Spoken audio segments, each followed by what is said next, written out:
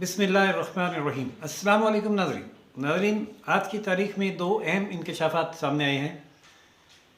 एक इंकशाफ तो यह है कि हुकूमत ने पाकिस्तान में हमजिन्स परस्ती के फ़रोग़ के लिए कानून साज़ी के लिए पहला कदम उठा लिया है। ये इंकशाफ दुरुस्त है या नहीं, इसका फ़ैसला वक्त और आप करेंगे। मैं सिर्फ़ जो इंकशाफ सामने आया है उसकी तफसील बयान करूँगा। और दूसरा इंकशाफ यह है कि साबिक़ चीफ़ जस्टिस या रिटायर्ड जज या रिटायर्ड चीफ़ जस्टिस की बेइज्जती तौहीन अदालत नहीं होती। ये एक अहम फ़ैसला सामने आया है इस्लामाबाद हाई कोर्ट का। इसकी तफसील भी आपको बताते हैं। तो पहले हमजिन्स परस्ती के कानून के हवाले से बात हो जाए कि इंकशाफ किसने किया और अवाम को ऐसा कानून बनाने वालों को सड़कों पर घसीटने का वादा अवाम से किसने लिया। नाज़रीन, आज जुमे के खुतबे में एक मौलवी साहब ने ये इंकशाफ पहले तो कौम लूत की तारीख़ बयान की और ये बयान किया कि ये किस कदर घिनौना फ़ेल है। और कुरान में इसका ज़िक्र है कि कौम लूत जो हमजिन्स परस्ती की कायल थी और अपने पैगंबर के मना न करने के बावजूद इस पर मुसर रही, तो अल्लाह ताला ने फिर उस पर पत्थर बरसाए और नेस्तो नाबूद करके रख दिया उस कौम को। आज उसका नामो निशान नहीं मिलता। यानी ये मौलवी साहब का बताना ये था कि इस कदर कभी फ़ेल और संगीन गुनाह है कि इसका इर्तिकाब करने वाला और किसी माशरे में इस फ़ेल का फ़रोग़ पा जाना जो है वो तबाही का सबब बनता है, मुकम्मल तबाही का और अल्लाह के अज़ाब का और गैज़ व ग़ज़ब का। फिर मौलवी साहब ने ये बयान फरमाया कि मग़रबी माशरे इस इस्लामी कानून के ख़िलाफ़ यानी कि हमजिन्स परस्ती की ममानियत के ख़िलाफ़ हमेशा सरगर्म रहे हैं और उन्होंने अपने माशरों में इसको दुरुस्त भी करार दे दिया, जहाँ औरत को औरत से और मर्द का मर्द से शादी करना जायज़ भी करार दिया गया है। और वो ख़ानदानी निज़ाम के दरपे हैं और वो ये चाहते हैं कि जो इस्लामी और शरई तौर तरीक़े हैं उनका ख़ात्मा हो। अब उस वहाँ पर बनने वाले कवानीन का इस्लाम से उन्होंने मौलवी साहब ने कैसे लिंक किया, ये वो वज़ाहत नहीं कर पाए कि वो कवानीन पाकिस्तान को कैसे नुकसान पहुँचाते हैं। बहरहाल अगली बात उन्होंने ये फरमाई कि पाकिस्तान में इस कानून के लिए राह हमवार करने के लिए पहला कदम उठा लिया गया है और वो पहला कदम ये है कि नादरा को ये इजाज़त दे दी गई है कि अगर कोई शख्स मर्द ये महसूस करे, ये लिखे फॉर्म में कि वो ख़ुद को औरत महसूस करता है, तो वो उसको शनाख्ती कार्ड में औरत ही दर्ज करेंगे। और अगर कोई औरत ये महसूस लिखे कि वो ख़ुद को मर्द महसूस करती है तो वो उसको शनाख्ती कार्ड में मर्द लिखेंगे।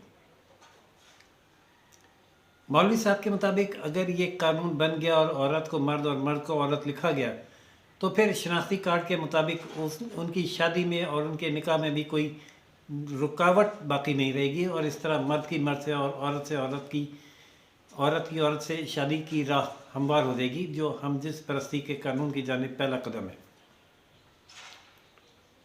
मौलवी साहब ने कहा कि पाकिस्तान में वो ऐसा कानून हरगिज़ नहीं बनने देंगे और मस्जिद में मौजूद तमाम नमाजियों से वो ये वादा लिया कि अगर इस कानून पर अमल दरामद शुरू होता है तो कानून बनाने वालों को जो तब्दीली के नाम पर पाकिस्तान में आए हैं और ये तब्दीली लाने की हरगिज़ इजाज़त नहीं देंगे और ये कानून बनाने वालों को सड़कों पर घसीटेंगे। उन्होंने नमाजियों से वादा लिया कि क्या आप इन लोगों को सड़कों पर घसीटने के लिए तैयार हैं।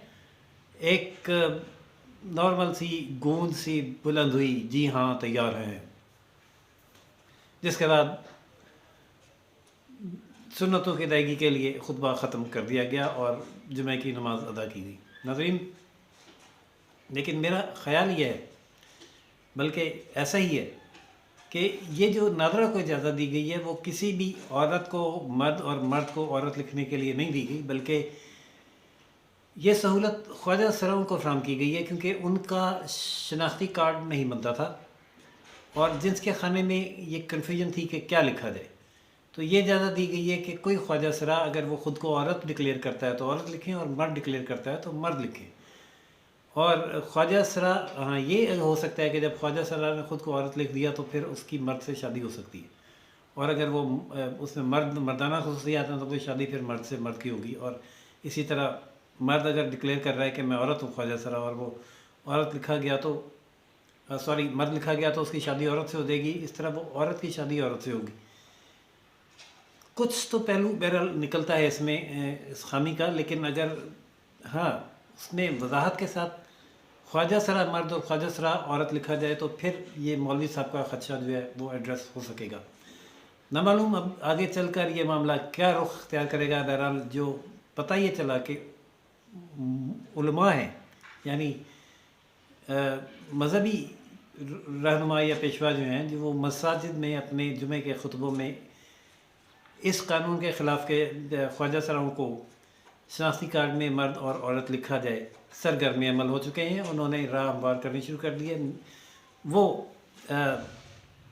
عوام کی ذہن سازی کر رہے ہیں کہ اس قانون کے خلاف ایکشن میں آنے کی ضرورت پڑی تو وہ سڑکوں پر ان کی کال پر نکلیں گے۔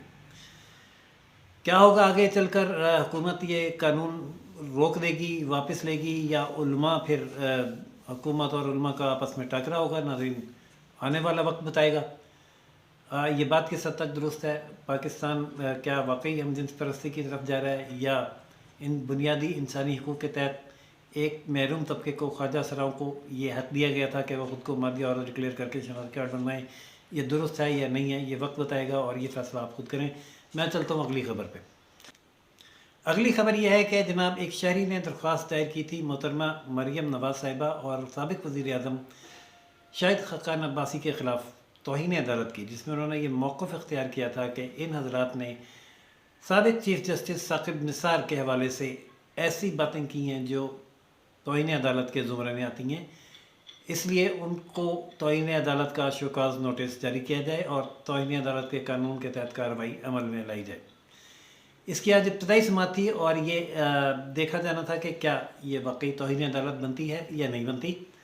دلائل ہوئے، اس کے بعد فیصلہ آیا اسلام آباد ہائی کورٹ کا، جو جاری کیا چیف جسٹس اسلام آباد ہائی کورٹ جسٹس اطہر بن اللہ صاحب نے، اور انہوں نے اپنے فیصلے میں بڑی اہم بات کی ہے اور یہ قرار دیا ہے۔ ایک تو انہوں نے یہ کہا کہ جس کی توہین ہوئی ہے، گریونس اس کا ہے، وہ خود عدالت میں ہے، تو بات بنتی ہے، کچھ قابل سماعت ہو سکتی ہے درخواست یا نہیں ہو سکتی، اس کا فیصلہ بعد میں ہوگا۔ لیکن دوسری جو اہم بات کی ہے، اور وہ ایک انکشاف کی حیثیت رکھتا ہے، وہ یہ ہے کہ سابق جج یا ریٹائرڈ جج یا سابق چیف جسٹس یا ریٹائرڈ چیف جسٹس کے بارے میں کہی گئی کوئی بات توہین عدالت کے زمرے میں نہیں آتی۔ ویسے تو ناظرین حاضر سروس جج کے بارے میں اگر آپ کوئی بات کہیں، جیسے کہ جسٹس گلزار صاحب کے خلاف گجرانوالہ میں پیپلز پارٹی کے ایک چھوٹے سے کارکن نے تقریر کی تو وہ قید کاٹ رہا ہے، حالانکہ اس میں آ کے معافیاں مانگی اور یہ تک کہا کہ میں جذبات میں آ کے، بہکاوے میں آ کے پتہ نہیں کیا کہہ گیا، میں پاؤں پکڑتا ہوں عدالت کے، یہاں تک اس نے کہا کہ میں عدالت میں پاؤں پکڑنے کے لیے تیار ہوں، احترام کرتا ہوں، مجھے معاف کر دیں۔ لیکن اس سے تحریری معافی نامہ لے کر سماعت ملتوی کر دی گئی، جو آج تک دوبارہ نہیں لگی، اور وہ صاحب غریب آدمی جس کو پارٹی نے بھی ڈسون کر دیا، جیل میں سڑ رہا ہے، قید کاٹ رہا ہے، اور اس کی بیوہ تڑپ رہی ہے کہ ہمارے ایک تو گھر کا جو خود کفیل تھا، واحد کفیل، وہ جیل چلا گیا، اور اب ہم فاقوں میں گزارا کر رہے ہیں اور برباد ہو چلے ہیں۔ خدا را اس کی تاریخ لگا دی جائے اور اس کے شوہر کی معافی قبول کر لی جائے۔ اگر چلیں معافی نہیں بھی قبول کرتے، اس کو اگر 3 مہینے کی سزا بھی دینی ہے تو وہ دے دیں، 3 مہینے کی سزا کاٹ کے باہر تو آ جائے۔ اس طرح تو وہ لامتناہی عرصے کے لیے جیل میں پڑ گیا۔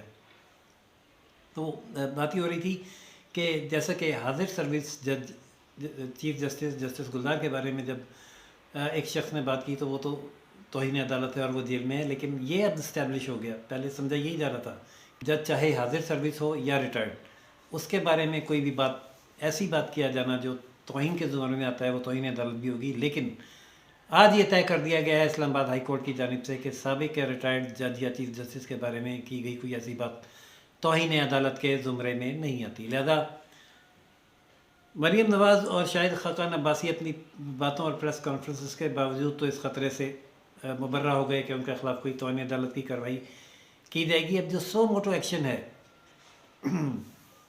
जो ऑडियो लीक से लिया गया, अब वो उसमें तय होगा कि क्या वो ऑडियो लीक्स दुरुस्त है या नहीं है, और दुरुस्त है तो फिर उसके मुताबिक चीफ जस्टिस साकिब निसार के ख़िलाफ़ क्या कार्रवाई होगी, और उसका वज़ीर आज़म मोहम्मद नवाज शरीफ के नाअहली का जो फ़ैसला है उस पर क्या इम्पेक्ट आएगा।